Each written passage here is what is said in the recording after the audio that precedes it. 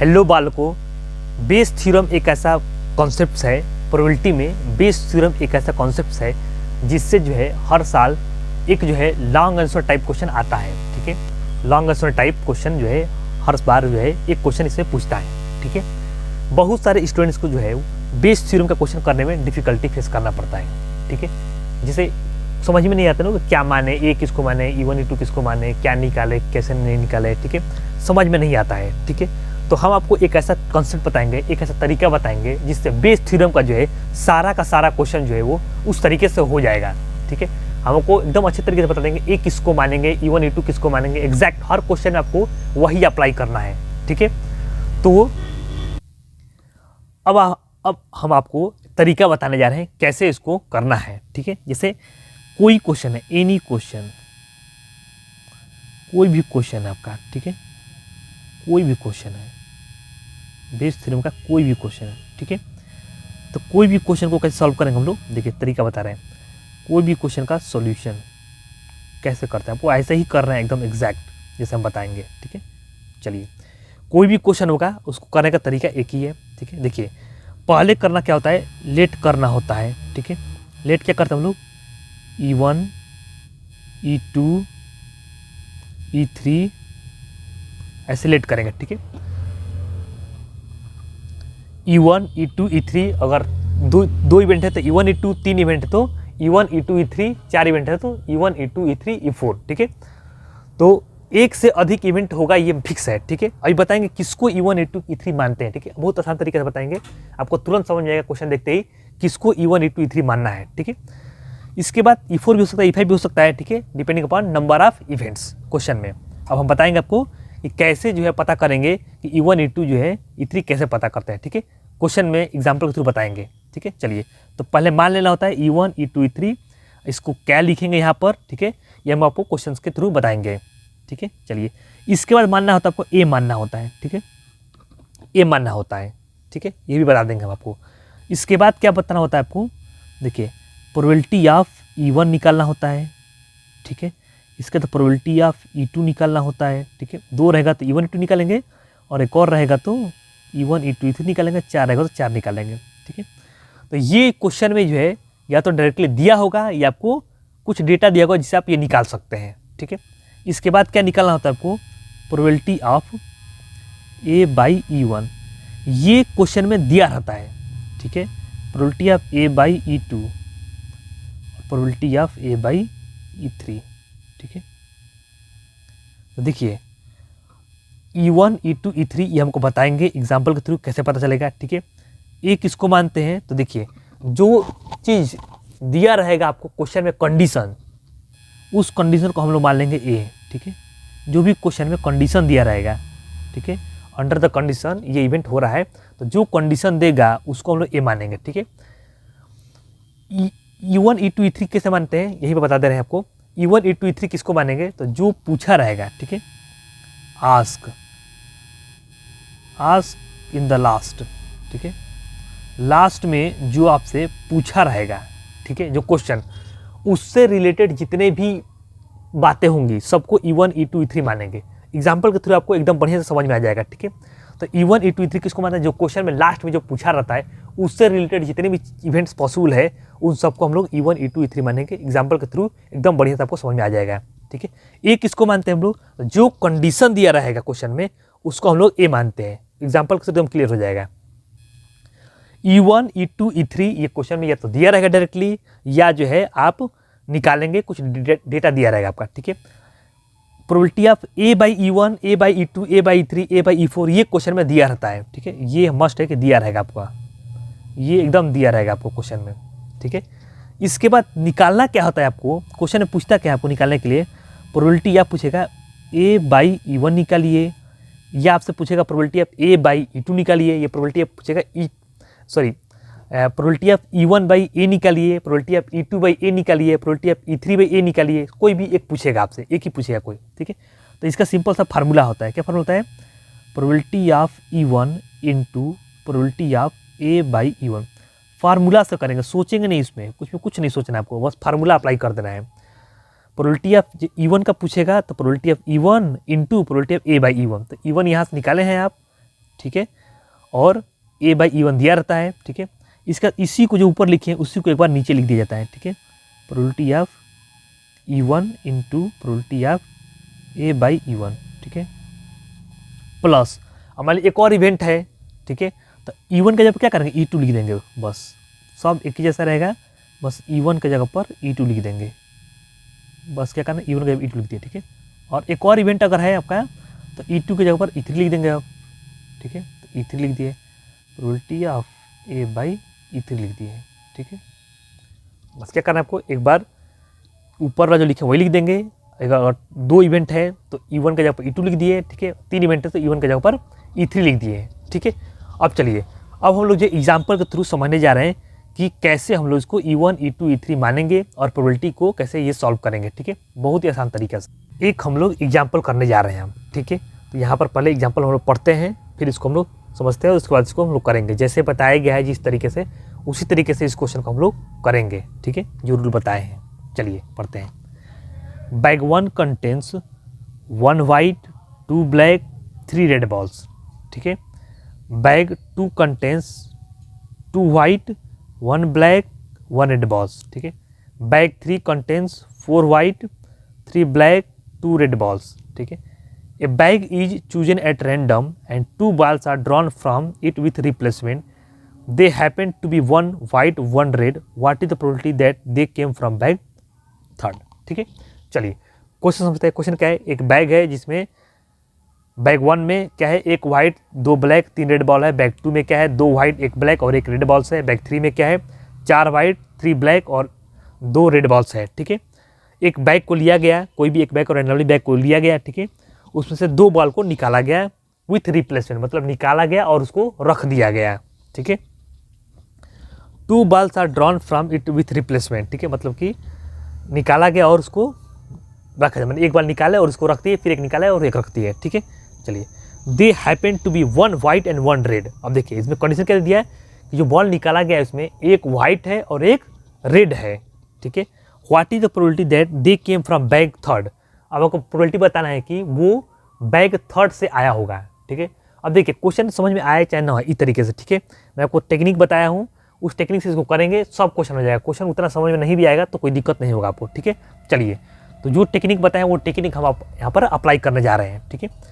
Technique क्या बताएं कि E1 E2 E3 कैसे मानते हैं हम लोग, जो लास्ट में जो क्वेश्चन पूछा रहता है उससे रिलेटेड जो चीज़ें दिया रहता है, उस टाइप की जितने भी चीज़ें रहते हैं उसको हम लोग E1 E2 E3 मानते हैं, ठीक है। देखिए यहाँ पर लास्ट में क्या पूछा है, what is the probability that they came from bag third. Bag की बात किया गया है। अब बैग कितने टाइप के हैं इसमें, तो 3 टाइप का बैग है, बैग 1 बैग 2 बैग 3, ठीक है।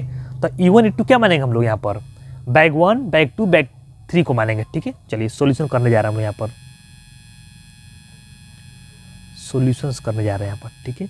चलिए, तो लेट E1 इक्वल टू नहीं लिखते हम लोग, ऐसे लिखते हैं E1 क्या होगा, गेटिंग या सेलेक्टिंग बैग, सेलेक्टिंग या गेटिंग कुछ भी लिख सकते हैं, सेलेक्टिंग बैग 1, ठीक है। अब बैग अलग अलग टाइप का है, ठीक है, तो अलग अलग टाइप का सारा टाइप लिख देते हैं, ठीक है। सिलेक्टिंग बैग 2, ठीक है, कैपिटल में लिखा है, कैपिटल में लिखते हैं। इसका E3 क्या हो जाएगा, सिलेक्टिंग बैग थर्ड, ठीक है। चलिए, अब क्या होता है, ए मानना होता है, ठीक है। 3 ही है इसमें, बैग 1 बैग 2 बैग 3, 3 ही है तो 3 मान लिए, ठीक है। 4 तो 4 मानते हैं, 2 तो 2 ही मानते हैं, ठीक है। अब ए मानना होता है। ए में क्या बताएं हम कि जो कंडीशन क्वेश्चन में दिया रहता है उसी को हम लोग मान लेते हैं, ठीक है। चलिए देखिए कंडीशन क्या दिया है, they happen to be 1 white 1 red, ठीक है। इसका जस्ट पहले कंडीशन दिया रहता है, they happen to be 1 white 1 red, मतलब जो बॉल सेलेक्ट किया गया वो क्या है, एक वाइट और एक रेड है, ये कंडीशन दे दिया है, ठीक है। तो इसी को हम मान लेंगे, गेटिंग क्या दिया है, 1 white and 1 red, getting 1 white and 1 red balls, ठीक है। चलिए, E1 E2 E3 का ए भी हो गया। अब क्या निकालना था हमको, प्रोबेबिलिटी लिखना होता है, ठीक है, किसका, E1 का, E2 का, E3 का, ठीक है, प्रोबेबिलिटी लिखना होता है E1 का, E2 का, E3 का, ठीक है। चलिए, तो देखिए अब यहाँ पर जो है बैग का सिलेक्ट करने की प्रोबेबिलिटी नहीं दिया है क्वेश्चन में, ठीक है, तो नहीं दिया है तो हम लोग इक्वली लाइकली मानते हुए उसको निकाल लेंगे, ठीक है। जैसे मान लीजिए 3 बैग है तो कितना हो जाएगा 1/3 1/3 1/3 हो जाएगा, ठीक है। तो क्या लिख देंगे हम, तो 1/3 1/3 1/3। देखिए अगर क्वेश्चन में दिया रहता तो आप 1/3 नहीं मानते, ठीक है ना। बैग 1 का सिलेक्ट करने की प्रोबेबिलिटी कुछ अलग दिया रहता है, बैग 2 का अलग दिया रहता है, बैग 3 का अलग दिया रहता है, तो जो दिया रहेगा उसी को मानेंगे। लेकिन यहाँ पर नहीं दिया है तो हम लोग इक्वली लाइकली मानते हुए इसको निकाल देंगे। जैसे कॉइन को टॉस करते हैं तो हेड आएगा टेल आएगा तो 1/2 हो जाता है, 2 पॉसिबिलिटी है वहाँ पर, ठीक है। डाइस को फेंकते हैं तो 1 की प्रोबेबिलिटी कितनी है 1/6 हो जाता है, 2 की प्रोबेबिलिटी कितनी है 1/6 हो जाता है, ठीक है। उसी तरीके से यहाँ पर बैग है, ठीक है। चलिए इसके बाद क्या निकालते हैं हम लोग, प्रोबेबिलिटी ऑफ A/E1 निकालते हैं, ठीक है। फिर प्रोबेबिलिटी ऑफ A/E2 निकालेंगे, प्रोबेबिलिटी ऑफ A/E3 निकालेंगे, ठीक है। चलिए A/E1 का क्या मतलब है, getting 1 white 1 red ball under the condition वो बैग 1 से आया हो, तो बैग 1 से एक व्हाइट और एक रेड बॉल आने की प्रोबेबिलिटी कितनी है। चलिए लिख रहे हैं, यहाँ पर देखिए पहले आ रहे हैं यहाँ पर, बैग 1 में क्या एक ही व्हाइट बॉल है और कितने रेड बॉल्स है, इसमें 3 रेड बॉल्स है। तो एक में से एक सेलेक्ट करने कितने तरीके से सेलेक्ट कर सकते हैं, 1C1 और 3 रेड बॉल में से एक बॉल सेलेक्ट कितने तरीके से करते हैं 3C1। तो पहले ऊपर लिख देंगे हम लोग, 1 वाइट है तो 1C1 इंटू 3C1, ठीक है, अपॉन टोटल नीचे लिखते हैं, टोटल कितने बॉल्स इसमें हैं देखिए, तो 1 और 2 1 3 और 3 6 6 बॉल है। तो पहले एक बॉल निकालना है 6 बॉल में से, 6C1 इंटू रख दिए, फिर निकाल कर तो फिर कितना होगा, फिर 6 हो जाएगा, फिर से 6C एक बार निकालिए, ठीक है, तो एक एक करके निकालना है। अब इंटू यहाँ पर 2 कर देंगे, इंटू 2 क्यों करेंगे, क्योंकि हो सकता है पहली बार व्हाइट निकले और दूसरी बार रेड निकले, या हो सकता है पहली बार रेड निकले और दूसरी बार व्हाइट निकले, तो 2 अलग अलग पॉसिबिलिटी है, ठीक है। तो इंटू 2 कर दिए, ठीक है। चलिए इसको सॉल्व कर लेते हैं, कितना हो जाएगा इसका, 1 इंटू 3 अपॉन 6 इंटू 6 इंटू 2, तो ये जगह 3 2 से 2 कट जाएगा तो कितना जाएगा 1/6 हो गया, ठीक है। चलिए अब प्रोबेबिलिटी ऑफ A/E2 निकालते हैं, ठीक है। चलिए A/E2 मतलब एक वाइट हो और एक रेड बॉल हो और वो बैग 1 से आया हो, ठीक है। कैसे लिखते हैं हम लोग, चलिए बैग 2 में देखते हैं, 2 वाइट बॉल है यहाँ पर है और एक रेड बॉल है, तो 2 वाइट में से एक वाइट निकला कितने तरीका है 2C1 और एक रेड में से एक रेड निकले कितने तरीका है 1C1। तो क्या लिखेंगे हम लोग, वाइट का 2C1 और रेड का 1C1, ठीक है, अपॉन टोटल कितने बॉल्स है इसमें, टोटल है 2 1 3 और एक 4 बॉल है टोटल, ठीक है। तो 4 बॉल से एक बॉल निकालने की प्रोबेबिलिटी कितनी है, तरीके कितने हैं 4C1 एंड फिर रख दिए तो फिर 4 हो गया निकाल कर, ठीक है। तो फिर से 4C1, इसको भी 2 से मल्टीप्लाई कर देंगे, क्योंकि फिर से वही बात कि एक बार वाइट दूसरी बार रेड या पहली बार रेड और दूसरी बार वाइट, ठीक है। चलिए इसको सॉल्व कर लेते हैं, तो 2 इंटू 1 हो जाएगा ऊपर, यहाँ पर हो जाएगा 4 इंटू 4 हो जाएगा 2, तो 2 से 2 हो जाएगा ये और ये कट जाएगा, ठीक है, 1 हो जाएगा, कितना हो जाएगा ये 1/4 हो जाएगा, ठीक है। अब निकालते हैं प्रोबेबिलिटी ऑफ A/E3। देखिए ये सब में ये सब साल जितने भी क्वेश्चन है सब क्वेश्चन में ये सब काम करना पड़ेगा आपको, ठीक है। चलिए A/E3, ठीक है, मतलब एक वाइट हो और एक रेड हो और वो बैग 3 से आया हो, ठीक है। चलिए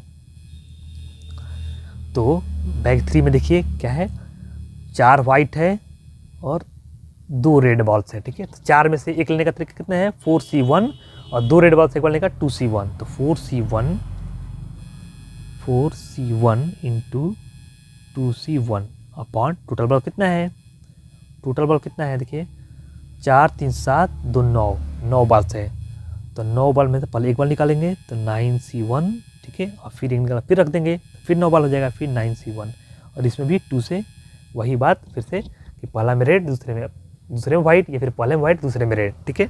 चलिए सॉल्व करते हैं, 4 इंटू 2 अपॉन 9 इंटू 9 इंटू ये हो जाएगा 2, कितना हो जाएगा, तो 4 दूना 8 दूना 16 16/81 हो गया, ठीक है। इतना सारा निकाल लिए। अब क्वेश्चन में क्या निकालना है, जो क्वेश्चन ये पूछा है ये वाला, इसे पूछा क्या है, बैग 3 की प्रोबेबिलिटी बतानी है अंडर द कंडीशन वो एक रेड हो और एक वाइट हो। तो probability of bag 3 under the condition वो एक रेड हो और एक वाइट हो, माने ए, ठीक है। इसका बताएं क्या लिखते हैं हम लोग यहाँ पर, जो यहाँ पर लिखेगा वही यहाँ पर लिख देंगे प्रोबेबिलिटी उसका, ठीक है। और इसका उल्टा करके लिखते हैं, प्रोबेबिलिटी ऑफ A/E3 करते हैं, ठीक है। और ये तो डायरेक्ट पहले इसको लिख लीजिए या फिर हम लोग 1 से लिखते हैं, ठीक है। तो ऐसा ही फॉर्मेट में 1 से लिखते हैं। फार्मूला याद रख लीजिए, फार्मूला नहीं अब समझ भी आ जाएगा तो भी आप जो है याद भी नहीं करना पड़ेगा, आपको आसानी से ऐसे ही हो जाएगा, ठीक है। चलिए प्रोबेबिलिटी ऑफ E1 हो जाएगा plus probability of E2 into probability of A/E2, ठीक है। और यहाँ पर हो जाएगा plus probability of E3 into probability of A/E3, ठीक है। चलिए अब यहाँ पर बस वैल्यू रख देना, आपको सारा काम हो जाएगा। 1/3 इसका आया था 1/3, A/3 आएगा 16/81 हो जाएगा ये, ठीक है। अपॉन ये कितना जाएगा, प्रोबेबिलिटी ऑफ E1 कितना था 1/3 था, ठीक है। A/E1 कितना था यहाँ पर देख लेते हैं, A/E1 निकाला है 1/6 था, 1/6 प्लस प्रोबेबिलिटी ऑफ E2, ये वाला E2 कितना है 1/3 था, और A/E2 कितना है, A/E2 यहाँ से देख लीजिए 1/4 है तो 1/4 यहाँ पर लिख दिए, ठीक है। प्लस प्रोबेबिलिटी ऑफ E3 तो 1/3 था इसका भी, इंटू A/E3 कितना है 16/81, ठीक है। इसको सॉल्व कर लेते हैं हम लोग। इसको फाइनली सॉल्व करने पर जो है वो कटा पिटा कर जो है मतलब कि आ रहा है, ठीक है। रफ में आप कर लीजिएगा, ठीक है। अब यहाँ भी कटा सकते हैं लेकिन हम डायरेक्ट यहाँ पर लिख दे रहे हैं। इसका जो फाइनली जो कटा पिटा कर आता है वो 164/199 आ रहा है, ठीक है। ये इसका आंसर हो गया आपका, ठीक है। प्रोबेबिलिटी ऑफ E3/E1 की प्रोबेबिलिटी कितनी हो गई, इतना हो गया, ठीक है। ये आपका आंसर हो गया, ठीक है। तो इतना आपको लिखना पड़ेगा तब जाके आपको जो है जो भी 5 नंबर का या 6 नंबर का इतना नंबर क्वेश्चन आएगा उतना आपको नंबर मिलेगा पूरा अच्छे तरीके से। इतना कर देंगे आप सारा नंबर। देखिए इसमें कुछ करना नहीं है आपको, इतना आसान है। प्रोबेबिलिटी अगर निकालना आपको आता है, नहीं आता है तो फिर दिक्कत है, पहले इसको समझ लीजिएगा, ठीक है। इसके बाद देखिए बेस थ्योरम जो है समझ आएगा, ठीक है। अब चलिए एक और क्वेश्चन कर लेते हैं ताकि और जो है आपको मैंने करेंगे नहीं, आपको हम बता दे रहे हैं कि E1 E2 E3 कैसे मानते हैं, एक कैसे मानते हैं, ठीक है। बस उसके बाद आपको तो आसानी समझ आ गया है आप कैसे करना है।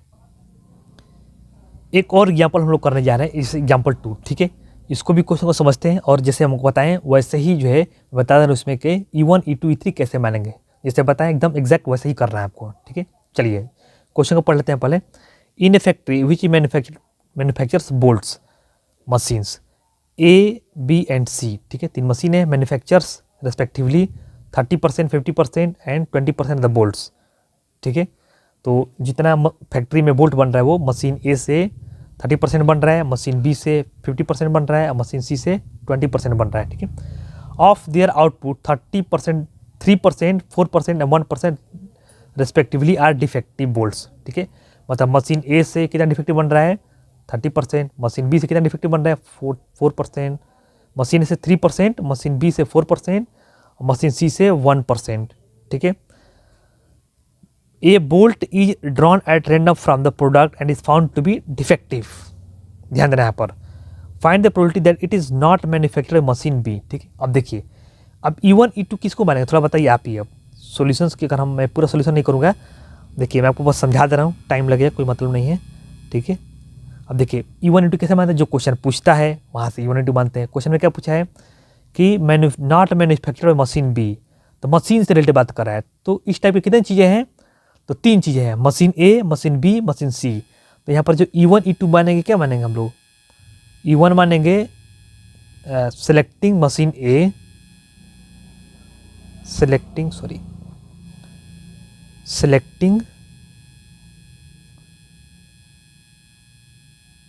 मशीन A, ठीक है। उसी तरह E2 मानेंगे सेलेक्टिंग मशीन B, E3 कितना मानेंगे सेलेक्टिंग मशीन C। इसका ए मानना होता है।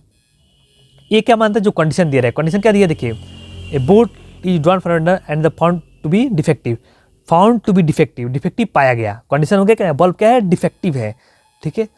तो गेटिंग अ डिफेक्टिव बल्ब क्या जाएगा, ए गेटिंग ए डिफेक्टिव बल्ब। इसके बाद क्या निकलेंगे, probability of E1, probability of E2, probability of E3, जो कि यहाँ पर दिया है 30% मतलब 30/100 प्रोबेबिलिटी हो जाएगा ए का, बी का कितना हो जाएगा 50/100 हो जाएगा, सी का कितना हो जाएगा 20/100 हो जाएगा, ठीक है, ये निकल जाएगा। अब probability of A by E1 क्या हो जाएगा, देखिए A/E1 तो 3%, A/E2 4%, 4% मतलब 4/100, 3% मतलब 3/100। अब प्रोबेबिलिटी ऑफ A/E3 कितना हो जाएगा 1%, मतलब 1/100, ठीक है। इसके बाद आप फार्मूला लगा कर निकालेंगे, आपका सारा आंसर ऑटोमेटिक आ जाएगा। देखिए फिर नॉट मशीन बी पूछा है, आप मशीन बी के द्वारा निकाल लेंगे कितना होता है, इसे क्या निकालना है हमको, प्रोबेबिलिटी ऑफ E2/A निकालना है आपको, ठीक है, ये निकालेंगे। अब 1 माइनस प्रोबेबिलिटी ऑफ E2/A कर लेंगे तो क्या आ जाएगा, नॉट मशीन बी आ जाएगा आपका, ठीक है, नॉट मशीन बी पूछा है, आप ऐसे निकालेंगे क्या का मशीन बी से डिफेक्टिव बोल्ट आने की प्रोबेबिलिटी जो है निकल जाएगा, ठीक है। 1 में से माइनस कर जितना आएगा उससे क्या निकल जाएगा, नॉट मशीन वाला हो जाएगा, ठीक है। चलिए इस क्वेश्चन में आपको E1 E2 मेनली इसमें क्या है, E1 E2 E3 और ए पता करना, ठीक है, यही मेन दिक्कत होता है। उसके बाद से सारा क्वेश्चन हो जाएगा, ठीक है। मैं आपको टेक्निक बता दिया हूँ, एक और मैं आपको बता देता हूँ, ठीक है। एक और एग्जाम्पल हम आपको करके बता दे रहे हैं, तो ये थोड़ा सा अलग टाइप का है, लेकिन एकदम वैसे ही फॉलो का रूल जो आपको बताए हैं हम, ठीक है। चलिए पहले क्वेश्चन को पढ़ते हैं। ए bag contains 4 green 6 white balls, 2 balls are drawn 1 by 1 without replacement. If the second ball drawn is white, what is the probability that the first ball drawn is also white?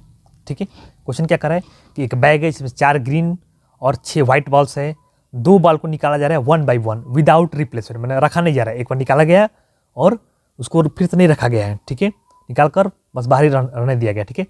If the second ball drawn is white, second ball जो निकाला गया वो क्या है, white दिया है, ठीक है। What is the probability that first ball drawn is also white, ठीक है।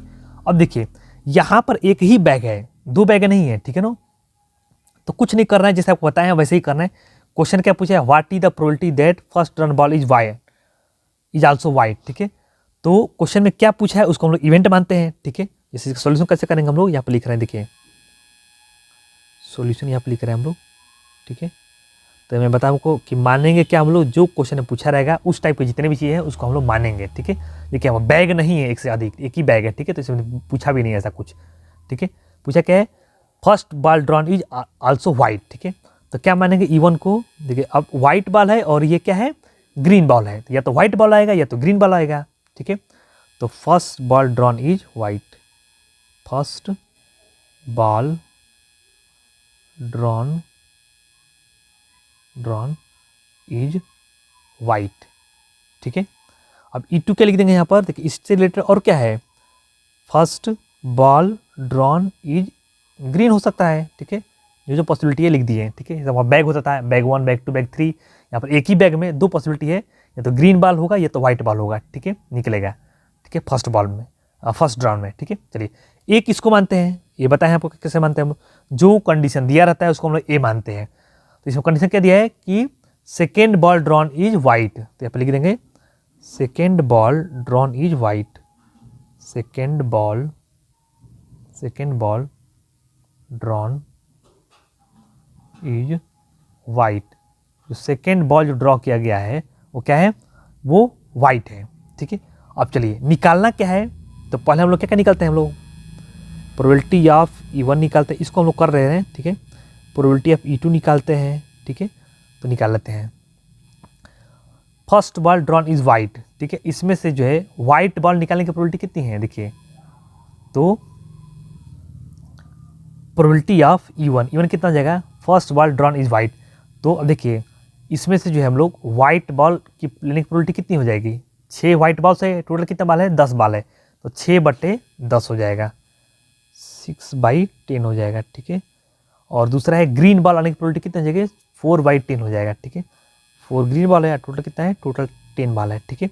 अब क्या निकालना आपको, प्रोबेबिलिटी ऑफ A/E1 निकालना होता है, ठीक है। इसके बाद प्रोबेबिलिटी A/E2 निकालना होता है, ठीक है। तो दोनों एक एक करके निकालते हैं। A/E1 मतलब क्या, देखिए second ball drawn is white, second ball drawn is white under the condition first ball drawn is white, ठीक है। देखिए A/E1 का क्या मतलब हुआ, second ball drawn is white, second ball जो है वो वाइट हो under the condition first ball drawn is white, तो पहले जो है फर्स्ट बॉल जो वाइट निकल चुका है, ठीक है, बताया ना इस क्वेश्चन में विदाउट रिप्लेसमेंट, इसका मतलब इसको रखा नहीं गया है। तो मतलब 10 बॉल में से जो है एक बॉल तो निकल चुका है, तो टोटल कितना बॉल हुआ, 9 बॉल हुआ। तो नीचे टोटल 9 लिख दे रहे हैं, ठीक है। अच्छा, अब व्हाइट बॉल की प्रोबेबिलिटी बतानी इसमें, व्हाइट बॉल, ठीक है। और व्हाइट बॉल एक पहले से निकल चुका है, तो कितना व्हाइट बॉल बचा है आपके पास, 6 था टोटल, बचा कितना है, 5 व्हाइट बॉल बचा है। तो 5 व्हाइट बॉल बचा है और टोटल कितना है, 9 है, ठीक है। अब प्रोबेबिलिटी ऑफ A/E2 समझ लेते हैं, ठीक है। A/2 मतलब कि सेकेंड बार में व्हाइट आए अंडर द कंडीशन फर्स्ट बार में ग्रीन आया हो। अच्छा, फर्स्ट बार में ग्रीन आया हो तो व्हाइट बॉल तो कम हुआ नहीं होगा, तो व्हाइट बॉल 6 है तो 6 ही रहेगा, लेकिन टोटल में एक कम हो गया होगा, ग्रीन निकले या व्हाइट निकले एक तो कम बॉल होगा ही, क्योंकि रिप्लेस नहीं कर रहे हैं। तो 10 में से गया कितना, 9 हो जाएगा, ठीक है। ये निकल गया। अब आपको जो है क्वेश्चन में क्या निकालना है, आपको देखिए क्या निकालना है, probability of the first ball drawn is also white, ठीक है। तो मतलब क्या निकालना है आपको, प्रोबेबिलिटी ऑफ E1/A निकालना है।